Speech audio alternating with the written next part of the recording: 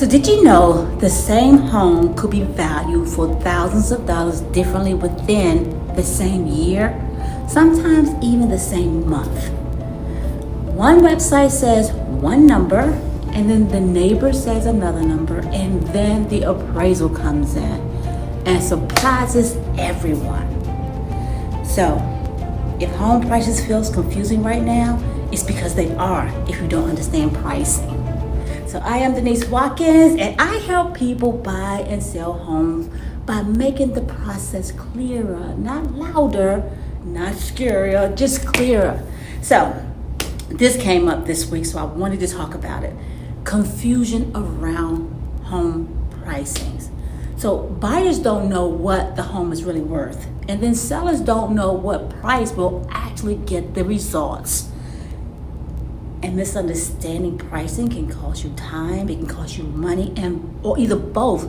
So let's break this down in a way that actually makes sense. So here's where most of the confusion comes in.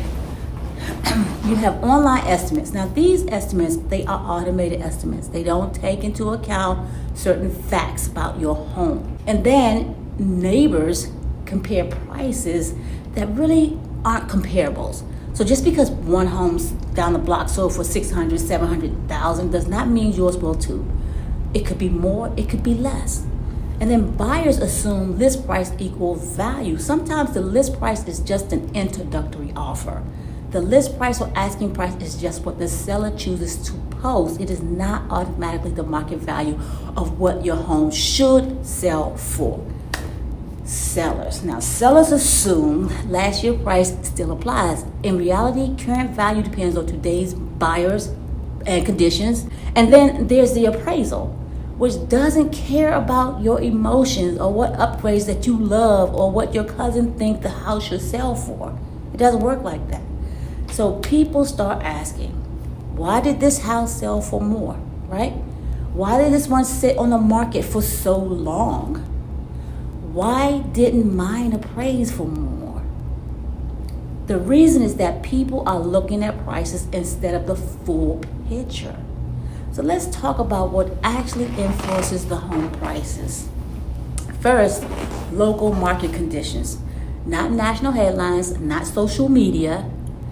It's what's happening on your street, the inventory, the demand, the days on market, and the recent sales are what matters most. And then second, supply and demand. When you have more buyers than homes, prices rise. And when you have more homes than buyers, prices actually soften.